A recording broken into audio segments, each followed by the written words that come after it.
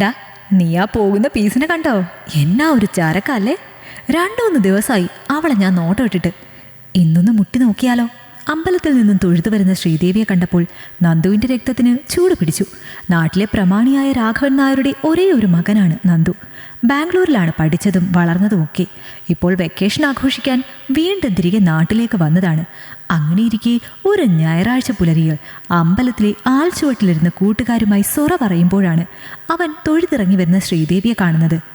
ദേ നന്ദു, വേണ്ടാട്ടോ, അവർ അങ്ങനെയുള്ള പെണ്ണൊന്നുമല്ല. എനിക്കറിയാവുന്ന ചേച്ചിയാ. നന്ദുവിൻ്റെ ഉറ്റ സുഹൃത്തായ അമൽ അവനെ തടഞ്ഞു. ഹോ, നിനക്ക് എന്താടാ ആ മുതലിനോട് ഇത്ര അനുകമ്പ? ഇവനിങ്ങനെ പലതും പറയും. നീ ചെന്ന് മുട്ടടാ നന്ദു. പോയാലൊരു വാക്ക് കിട്ടിയാലോ? കോൾ അടിച്ചില്ലേ? അമലൊഴികെ ബാക്കിയുള്ള കൂട്ടുകാരെല്ലാം നന്ദുവിന് ധൈര്യം പകർന്നു. നീ ചെല്ലടാ, നിനക്ക് സാധിക്കും. ഇനി എങ്ങാനും പണി പാളിയാൽ തന്നെ ചോദിക്കാൻ ആരും വരില്ല. ആകെ കിടപ്പിലായ ഒരു അമ്മ മാത്രമേ അതിനുള്ളൂ. മാത്രമല്ല, നിന്റെ അച്ഛനോട് മുട്ടാനുള്ള ധൈര്യമൊന്നും അവൾക്ക് കാണില്ല. നീ എന്തായാലും ഒന്ന് മുട്ടി നോക്ക്. അതേടാ, നീ ചെന്ന് മുട്ട്. അവൾ വാതിൽ തുറന്നു തരും, ഉറപ്പാണ്. അവർ ഓരോരുത്തരായി നന്ദുവിനെ പ്രോത്സാഹിപ്പിച്ചുകൊണ്ടിരുന്നു. അപ്പോൾ ഒന്ന് ട്രൈ ചെയ്യാല്ലേ? നന്ദു എല്ലാവരോടുമായി ചോദിച്ചു. ആൽത്തറയിൽ നിന്നും താഴേക്കിറങ്ങി ശ്രീദേവി അടുത്തെത്തുന്നതും കാത്തിരുന്നു. ഇതൊന്നും അറിയാതെ ശ്രീദേവി വീട്ടിലേക്ക് വലിഞ്ഞു നടക്കുകയാണ്. നാളെയാണ് അമ്മയുടെ ഓപ്പറേഷൻ്റെ ഡേറ്റ്. പക്ഷേ അതിനുള്ള പൈസയൊന്നും ഇതുവരെ തികഞ്ഞില്ല. ഉള്ളതൊക്കെ വിറ്റും കടം വാങ്ങിയും കുറച്ച് പണം എവിടുന്നൊക്കെയോ ശ്രീദേവി തരപ്പെടുത്തിയിട്ടുണ്ട്. പക്ഷേ ഇനിയും വേണം അതിലേറെ. ഈ ഓപ്പറേഷൻ നടന്നാൽ അമ്മയ്ക്ക് എണീറ്റ് നടക്കാനാകൂ എന്നാണ് ഡോക്ടർ പറഞ്ഞത്. പക്ഷേ അതിനു മുന്നേ ആശുപത്രിയിൽ പൈസ കെട്ടിവെക്കണം. ചോദിക്കാനായിട്ട് ഇനി ഈ നാട്ടിൽ ആരുമില്ല. ചോദിച്ചവരിൽ അധികവും കൈയൊഴിഞ്ഞു. പലർക്കും പണത്തിനു പകരം തൻ്റെ ശരീരം വേണമെന്നായി. ഓർത്തപ്പോൾ ശ്രീദേവിയുടെ കണ്ണു നിറഞ്ഞു. ഇല്ല, പട്ടിണി കിടന്ന് മരിക്കേണ്ടി വന്നാലും ഞാൻ ഒരിക്കലും എൻ്റെ മാനം വിറ്റ് ജീവിക്കില്ല. എൻ്റെ ദേവിയോട് കരഞ്ഞു പറഞ്ഞിട്ടുണ്ട് ഞാൻ. ദേവി എന്നെ കൈവിടില്ല. ആരും തുണയില്ലാത്തവർക്ക് ദൈവം ഒരു വഴി തുറന്നു തരും. സാരിത്തലപ്പ് കൊണ്ട് കണ്ണു തുടച്ച് ശ്രീദേവി നടത്തത്തിന് വേഗത കൂട്ടി. ശ്രീദേവി അടുത്തെത്തിയതും നന്ദു അവളുടെ മുന്നിലേക്ക് കയറി നിന്നു. പെട്ടെന്നൊരാൾ മുന്നിൽ വട്ടം ചാടി നിന്നപ്പോൾ ശ്രീദേവി ആദ്യമൊന്ന് അമ്പരന്നു. ചേച്ചി, ഒരു കാര്യം ചോദിക്കട്ടെ? പുഞ്ചിരിച്ച് വളരെ സൗമ്യതയോടെയാണ് നന്ദു തുടങ്ങിയത്. ശ്രീദേവി ആദ്യമായാണ് നാട്ടിൽ ഇങ്ങനെ ഒരാളെ കാണുന്നത്. അതുകൊണ്ട് തന്നെ കാര്യം എന്താണെന്നറിയാനുള്ള ആകാംക്ഷ ശ്രീദേവിയിൽ നിറഞ്ഞു. എന്താ? ശ്രീദേവി ചോദ്യഭാവേന അവനെ നോക്കി. അത് എത്രയാ ചേച്ചിയുടെ റേറ്റ്? അവൻ്റെ ചോദ്യം കേട്ടതും ശ്രീദേവി തലയ്ക്കടിയേറ്റ പോലെ ഒരു നിമിഷം തരിച്ചു നിന്നു. സ്വബോധം തിരിച്ചെത്തിയപ്പോഴേക്കും അവളിൽ കോപത്തിൻ്റെ അഗ്നി ജ്വലിച്ചു തുടങ്ങിയിരുന്നു. ആരും അറിയില്ല ചേച്ചി. എത്രയാണെങ്കിലും പറഞ്ഞോ. ഇനി ഇവിടെ പറ്റിയില്ലെങ്കിൽ പുറത്തെവിടെയെങ്കിലും റൂമെടുക്കാം. ചേച്ചി ഒന്ന് സഹകരിച്ചാൽ മാത്രം മതി.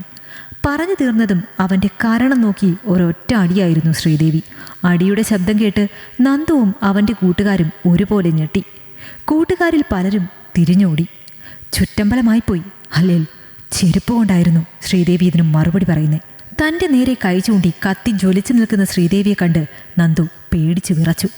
അവൻ ആദ്യമായിരുന്നു ഇങ്ങനെ ഒരു അനുഭവം. വീട്ടിലെത്തിയതും ശ്രീദേവി കട്ടിലിൽ കിടന്ന് ഒത്തിരി കരഞ്ഞു. എന്തൊരു പരീക്ഷണമാണ് എൻ്റെ ദേവി! ഇതിനു മാത്രം എന്താ തെറ്റ് ഞാൻ നിന്നോട് ചെയ്തത്? ഓരോന്ന് ചിന്തിച്ച് അവൾ അറിയാതെ ഉറക്കത്തിലേക്ക് വഴുതി വീണിരുന്നു. പെട്ടെന്നുള്ള അമ്മയുടെ ചുമ കേട്ടാണ് അവൾ ഞെട്ടി എണീറ്റത്. എൻ്റെ ഭഗവതി, നേരം 11 കഴിഞ്ഞിരിക്കുന്നു. എന്തൊരു ഉറക്കമാ ഞാൻ ഉറങ്ങിയത്! അവൾ വേഗം എണീറ്റ് അടുക്കളയിലേക്ക് ഓടി. അമ്മയ്ക്കുള്ള കഞ്ഞി എടുത്തുകൊണ്ടുവന്ന് പതിയെ അമ്മയെ ഊട്ടി. അതെ, നാളത്തെ ഓപ്പറേഷൻ കൂടെ കഴിഞ്ഞാൽ പിന്നെ ഇങ്ങനെ കഞ്ഞി കോരിത്തരാൻ എന്നെ കിട്ടില്ല കേട്ടോ. ഒറ്റയ്ക്കെടുത്ത് കുടിച്ചോളണം, പറഞ്ഞേക്കാം. ശ്രീദേവി സങ്കടങ്ങളെ മറച്ചു പിടിച്ച് അമ്മയ്ക്ക് മുന്നിൽ ചിരി തൂക്കി. അതിനൊക്കെ ഒത്തിരി പണം ആവില്ലേ മോളെ? എവിടുന്നാ? അതൊന്നും ഓർത്ത് അമ്മ സങ്കടപ്പെടണ്ട കേട്ടോ. അമ്മ നല്ല കുട്ടിയായി പോയി വന്നാൽ മാത്രം മതി.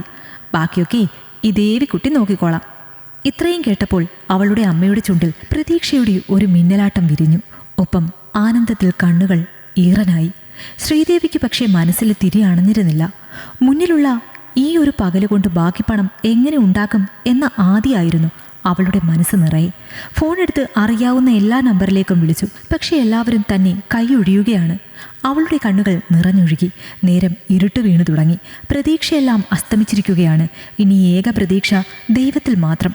വിളക്കിലെ തിരി തെളിയിച്ചു. അവൾ പൂമുഖത്തേക്ക് പതിയെ നടന്നു. ദീപം ദീപം വിളക്ക് വെച്ച് തിരിഞ്ഞു നടക്കുമ്പോഴാണ് മുറ്റത്ത് ഒരു കാറ് വന്നു നിന്നത്. തിരിഞ്ഞു നോക്കിയ ശ്രീദേവി കാറിൽ നിന്നും ഇറങ്ങിയ ആളെ കണ്ട് ഞെട്ടി. ഇതവനല്ലേ? രാവിലെ എൻ്റെ കൈയിൻ്റെ ചൂടറിഞ്ഞവൻ. ഇവനെന്താ ഈ നേരം ഇവിടെ? ഇനി രാവിലത്തെ സംഭവത്തിന് പക വീട്ടാൻ വന്നതാണോ? ചിന്തയിൽ അപകട സൂചന നിറഞ്ഞ അവൾ മച്ചിൽ നിന്നും അവൻ കാണാതെ അരിവാളെടുത്ത് പിന്നിൽ പിടിച്ചു. ഒന്നുകിൽ അവൻ, അല്ലെങ്കിൽ ഞാൻ. അവൾ ധൈര്യം സംഭരിച്ചു നിന്നു. നന്ദു അടുത്തേക്ക് വരുംതോറും അവളുടെ കയ്യിൽ അരിവാളിൻ്റെ പിടിമുറുകി. ഉമ്മറപ്പടിക്ക് തൊട്ടുമുന്നി നടത്തം മതിയാക്കി നിന്ന നന്ദു ആരെയോ കാത്തു നിന്ന പോലെ കാറിലേക്ക് തിരിഞ്ഞു നോക്കി. ഒരു വേള ശ്രീദേവിയുടെ കണ്ണുകളും ആ കാറിലേക്ക് നീങ്ങി. അവൻ്റെ കൂട്ടുകാരെ പ്രതീക്ഷിച്ച ശ്രീദേവി കണ്ടത് കാറിൽ നിന്നും ഇറങ്ങി വന്ന സാക്ഷാൽ രാഘവൻ നായരെയാണ്. ഇയാൾ ആ രാഘവൻ നായരല്ലേ? നാട്ടിലെ പ്രമാണി. ഇയാളും ഇവനും തമ്മിൽ എന്താ ബന്ധം? ശ്രീദേവിയുടെ ചിന്തകൾ ഉത്തരം തേടും മുന്നേ രാഘവൻ നായർ നന്ദുവിൻ്റെ അടുത്തെത്തിയിരുന്നു. പേടിക്കണ്ട, പ്രശ്നം ഉണ്ടാക്കാൻ വേണ്ടി വന്നതല്ല. അകത്തേക്ക് കയറാവോ? വളരെ താഴ്മയോടെയുള്ള രാഘവൻ നായരുടെ അനുവാദത്തിന് ശ്രീദേവി മൗനമായി ഉത്തരം നൽകി. അയാൾ അകത്തേക്ക് കയറി തിണ്ണയിലിരുന്നു. മോളെ, ഇതെൻ്റെ മകനാ നന്ദൻ. ബാംഗ്ലൂരിൽ എഞ്ചിനീയറിങ്ങിന് പഠിക്കുക. ഇവനെ ഇന്നൊരാൾ അടിച്ചു എന്നറിഞ്ഞപ്പോൾ ഞാൻ ഞെട്ടിപ്പോയി. എൻ്റെ മകനെ തല്ലാൻ മാത്രം ആർക്കായി ഈ നാട്ടിൽ ധൈര്യം എന്നായിരുന്നു ആദ്യം ചിന്തിച്ചത്. പക്ഷെ അന്വേഷിച്ചപ്പോൾ അറിഞ്ഞു അതൊരു പെണ്ണാണെന്നും അടി അവൻ ചോദിച്ച് വാങ്ങിയതാണെന്നും. കാര്യം അറിഞ്ഞ ഉടനെ ഇവനോട് ഞാൻ ഒന്നേ പറഞ്ഞുള്ളൂ, ചെയ്തത് തെറ്റാണെന്ന്. അങ്ങനെ തോന്നിയാൽ മാത്രം നിന്നെ കണ്ട് വന്ന് മാപ്പ് പറയാൻ. രാഘവൻ നായർ പറഞ്ഞു നിർത്തി. നോക്ക് ചേച്ചി, ഞാൻ ചെയ്തത് വലിയ തെറ്റ് തന്നെയാണ്. ആ സമയം വേറെ എന്തോ ഒരു ചിന്തയിൽ നിന്നും വന്നു പോയ തെറ്റ്. ചേച്ചി ക്ഷമിക്കണം. ഇനി ഒരിക്കലും എൻ്റെ ഭാഗത്തു നിന്ന് അത്തരം തെറ്റുകൾ ഉണ്ടാവില്ല. സോറി. ഇത്രയും പറഞ്ഞ് തൻ്റെ മുന്നിൽ കൈകൂപ്പി നിൽക്കുന്ന നന്ദുവിനെ കണ്ടപ്പോൾ അറിയാതെ പിന്നിൽ ഒളിപ്പിച്ച അരിവാളിൽ നിന്നും ശ്രീദേവിയുടെ പിടിവിട്ടുപോയി. അവരുടെ മുന്നിലേക്ക് തെറിച്ചു വീണ അരിവാൾ കണ്ടപ്പോൾ രാഘവൻ നായർ ഒന്ന് ചിരിച്ചു.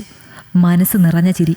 ധൈര്യശാലിയായ പെണ്ണ്, ഇങ്ങനെയാവണം ഓരോ പെൺകുട്ടികളും എന്ന് പറഞ്ഞ് ശ്രീദേവിയുടെ ചുമരിൽ തട്ടി അവർ ഇറങ്ങി നടക്കുമ്പോൾ മല പോലെ വന്നത് മഞ്ഞുപോലെ അലിഞ്ഞുപോയ സന്തോഷമായിരുന്നു ശ്രീദേവിയിൽ. മുറ്റത്തേക്കിറങ്ങി രാഘവൻ നായർ പൊടുന്നനെ നിന്നു. എന്നിട്ട് ശ്രീദേവിയോട് പറഞ്ഞു, നാളെയല്ലേ അമ്മയുടെ ഓപ്പറേഷൻ? പണത്തിൻ്റെ കാര്യം ഓർത്തൊന്നും മോള് ടെൻഷനാവണ്ട, എല്ലാം ഞാൻ നോക്കിക്കോളാം. മോൾ അമ്മയെയും കൂട്ടി നാളെ ധൈര്യമായി ആശുപത്രിയിലേക്ക് പോയിക്കോ. ചേച്ചിയെന്ന് വിളിച്ചല്ലേ ഇവൻ തുടങ്ങിയത്. അതുകൊണ്ട് നാളെ ഒരു അനിയനായി ഇവനുണ്ടാവും എല്ലാത്തിനും ഒപ്പം. ഉണ്ടാവില്ലേടാ? രാഘവൻ നായർ നന്ദുവിനെ നോക്കി. ഒരു ചിരിയായിരുന്നു അതിനുത്തരം. നല്ല ഭംഗിയുള്ള ചിരി.